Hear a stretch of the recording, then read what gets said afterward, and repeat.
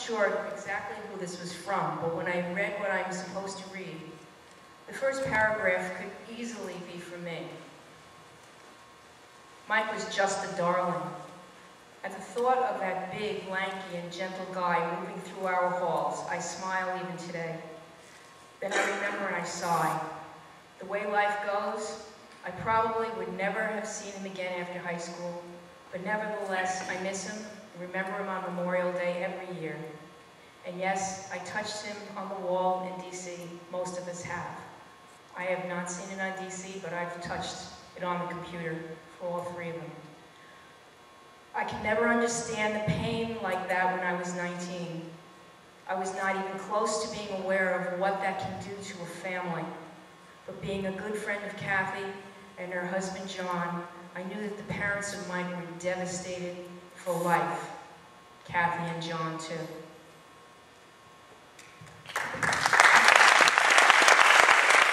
Dear classmates of 66, what can I say about my brother Michael, who was only with us 20 short years before his life ended? As far back as I can remember, he was always active, athletic, had a great sense of humor, was artistic, for which he won an award, and loved life. He was creative, and he enjoyed building things such as forts, hideouts, clubhouses, etc., with items he found in the woods and vacant lots near our home.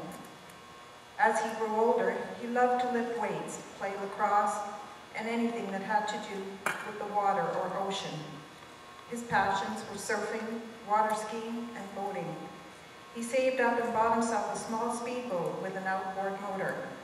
He loved that boat, and I enjoyed the times he would take me out for rides. Boy, could he get that thing going. He spent many summers, days out in that boat, cruising on the Great South Bay with his friends.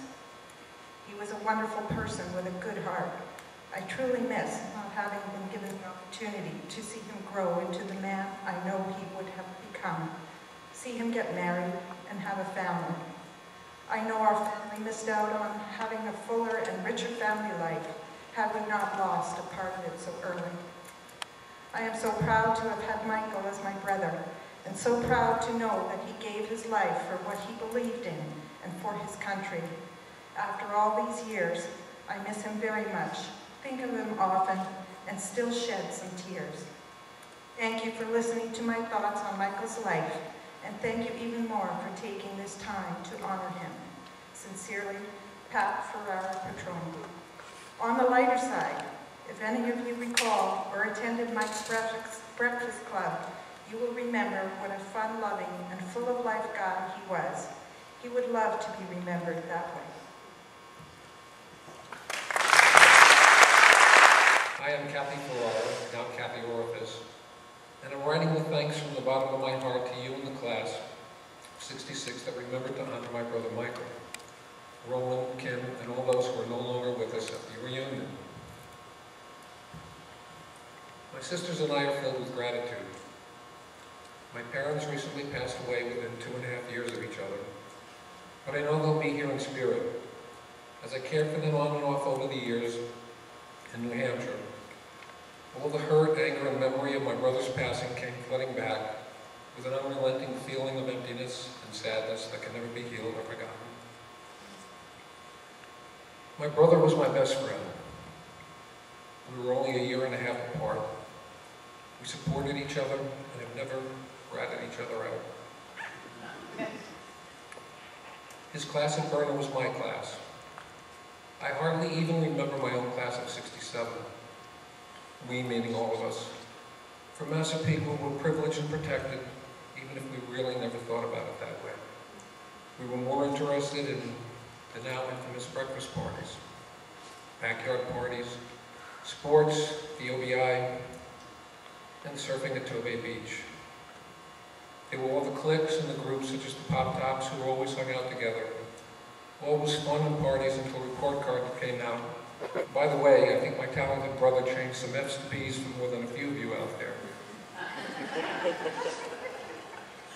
After graduation, some of you went to college, enlisted or were drafted, and some went to Canada.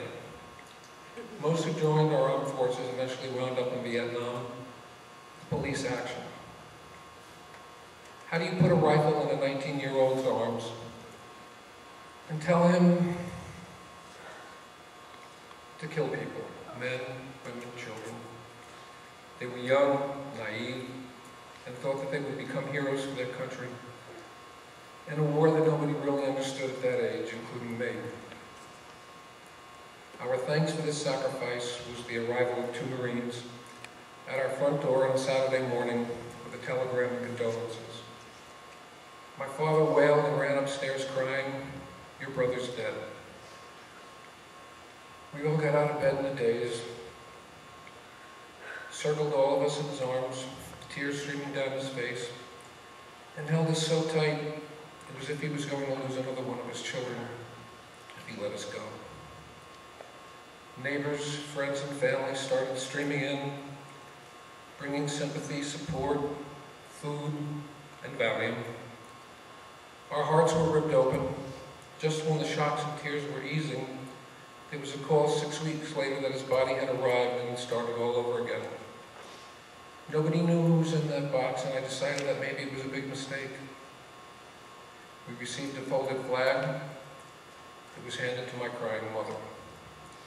Later on, we received an envelope full of medals. My grandfather passed away just 3 months later. He literally died of a broken heart. My sisters and I have our memories, pictures of my brother's letters to us, a funeral box complete with a book of who attended, and the most heartbreaking, a box of his personal belongings, but we have no brother. I have 2 wonderful sons, Michael and Christopher.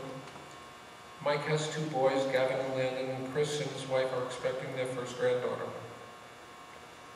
Virginia has 3 kids, Jason, Michelle, and Lauren. My sister Patty has a beautiful daughter, Jennifer.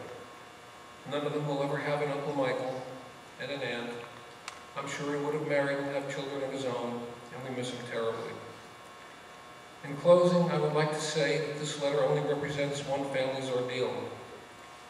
My prayers and sympathies go out to the thousands upon thousands of families whose sons and daughters came home from wars past, present, and future, either in boxes, maimed, or emotionally scarred for life. Thank you for listening, and wishes to all.